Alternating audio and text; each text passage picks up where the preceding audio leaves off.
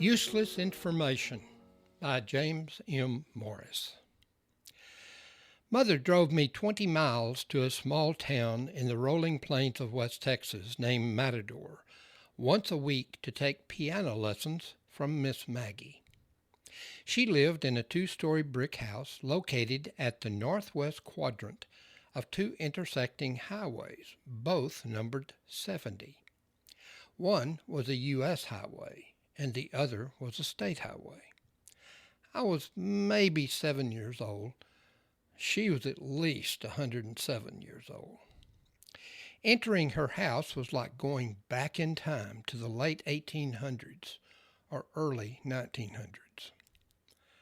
Her husband, a retired judge, was always sitting erect in a straight-back chair in the parlor, clothed in the same black suit, white shirt, bow tie, and black high-top shoes. He wore rimless round spectacles, which he looked over the top of to view the pupils entering the room. He never smiled, burped, flatulated, or showed any other form of life during all the years I visited the house. Stoic is a word that precisely defined him. He could sit in his chair and endure the pain of my sour notes for the duration of my 30-minute lesson without flinching or complaining. And he presumably did it all afternoon. At first, I thought he was dead. Then I saw his hand move. Miss Maggie had a high-pitched voice. She wore a dress that likely had been ordered from the 1906 Sears and Roebuck catalog and delivered by mule team mail. She had a strong smell of something that began as a nuisance in my nose and developed into a pungent, nauseous fragrance by the time I departed. I was always glad to breathe the outside air, even if it was a full-blown blackout sandstorm. She loved old tunes, classical music, and scales. Miss Maggie had me demonstrate at the beginning of each lesson that I had practiced my assignments for at least 1 hour every day. But that never went well. As I bungled through last week's lesson, she would always ask, "Now, Jimmy, how many times did you practice this scale last week?" I never remembered the exact number. Frequently, there was no number to remember. She was also big on learning the names of each note on the keyboard. I was pretty sure that there were not more than 8 or 10, and they were all at the front end of the alphabet. But for the life of me, I could not put the correct letter with the correct note on the piano. I thought that took the fun out of it. But she did persist on that point, and I did resist, but not on purpose. I intended to learn it. But when I got home, there was always something to do, like chunking rocks at Wasp Nest, climbing to the cupola at the top of our 3-story barn, feeding the cows with my dad, or at least 100 other important activities that ranked above practicing the piano. In summary, I guess I thought she was trying to teach me useless information. A time came when I regretted that attitude. Miss Maggie had lots of pupils besides me. Some of them were dedicated musicians with talent. They ranged in age from about my age upward to about a junior or senior in high school. Because she had so many pupils, and some very good ones, she wanted to show off their talent to the community and give them an opportunity to perform before an audience so they could appreciate the audience's reaction. It was called a recital. She said it was a big deal, but I doubted it. She found each pupil a special piece of music for the recital. We practiced it forever and ever. I cannot estimate how many times I played that little piece of music. I played it so many times I did not even need the music. It was not very long, and I was confident I had it down pat. The recital was at night at the huge high school auditorium. Mom and Dad and my little sister and older brother attended. I had to dress up like Maggie's stoic husband in a suit and tie. I was convinced that such clothing was designed by the devil to punish young boys for being boys. It was so stuffy and itchy and confining that I just wanted to rip the clothes off and run buck naked down the hallway and out the door. But I did not do that. I sat patiently in my assigned seat and watched the boring little kids perform, knowing full well that I could do better than them. I also watched the older pupils perform music where they used all their fingers and thumbs of both hands up and down the keyboard with grace and beauty. I was impressed, but still a little bored. Miss Maggie was dressed in her finest 1892 gown with ruffles along the low-cut bust line which exposed huge breasts that jiggled like jello. She wore at least 10 pounds of makeup topped off with the brightest red lipstick I had ever seen. Her earrings dangled almost to her shoulders, and the lace on her sleeves of her gown covered up most of the liver spots on her forearms. And, of course, her outfit would not be complete without a large ornate brooch hanging limply above and to the left of her boob just below her shoulder.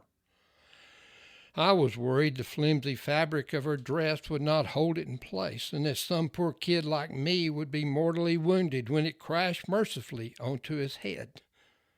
And, of course, she wore even stronger perfume than normal. I could smell her when we walked into that big auditorium. I got in line backstage and waited my turn as I watched each pupil bang out his or her tune and return triumphantly backstage to return to his or her seat. At last, my turn came, and I walked majestically across that huge stage to the huge grand piano residing at its center. As I walked, I made the mistake of looking at the audience. The room was kind of dark where they sat, but I figured there were at least 1,000 people in attendance, and all eyes were on me. It was deathly quiet as I climbed onto the piano stool and found my bearings. But with great confidence, I methodically banged out the notes until I went blank. To my surprise, I did not know which key to strike next. It had all become so methodical and second-natured that I did not know what to do. I was stumped. I paused, and then I had a grand idea. I simply started my piece from the beginning, believing that once I got to that bump in the road, that it would automatically come to me, and I would finish my piece in triumphant style. And so I began, and I banged out the tune effortlessly, and then at the same spot, I went blank a second time. Which note came next? I asked myself as I stared at the keys. Again, I paused. I did not see any need to restart the piece again for the third time. If I could not remember the next note on the first and second try, why should I expect to find it on the third try? So I made a decision. I slipped off the stool, and to the applause of the audience, I marched to the wing of the stage and was greeted just off stage by Miss Maggie. To my surprise, she grabbed me by my shoulders, turned me around, and said, "It's G, it's G," as she pushed me back onto the stage with enough momentum to return me to the piano at its center, the one place I did not want to go. But I did not have a choice. So I climbed back on the piano stool, armed with this worthless piece of information. Since I had not learned the names of the notes on the keyboard, Miss Maggie's information was of absolutely no help to me. But I could not just sit there. I had to do something, even if it was wrong. And I figured it would be. Ultimately, I decided I really did not have a choice. I had to play the damn piece the third time. So I played my music as I had done twice before and came to the same place and went totally blank yet again. But this time I knew the note was G. But I had no clue where that note was on the piano keyboard. I paused briefly and then figured my best escape route was to remember the last 3 or 4 notes of my piece and play them as though I had overcome my mental block or benefited from the instructions Miss Maggie had given me, neither of which was true. I found the keys for the notes at the end of my key piece and banged them out with gusto, hopped down from the stool, and took a big bow.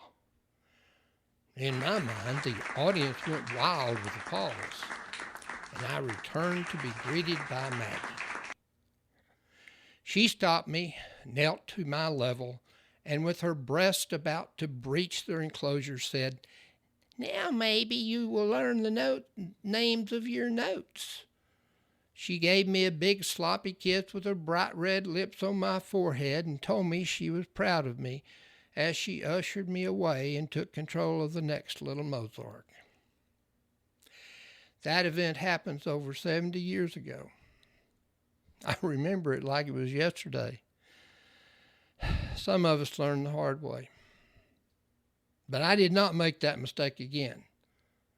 And I continued the piano under Miss Maggie's tutelage through my senior year in high school.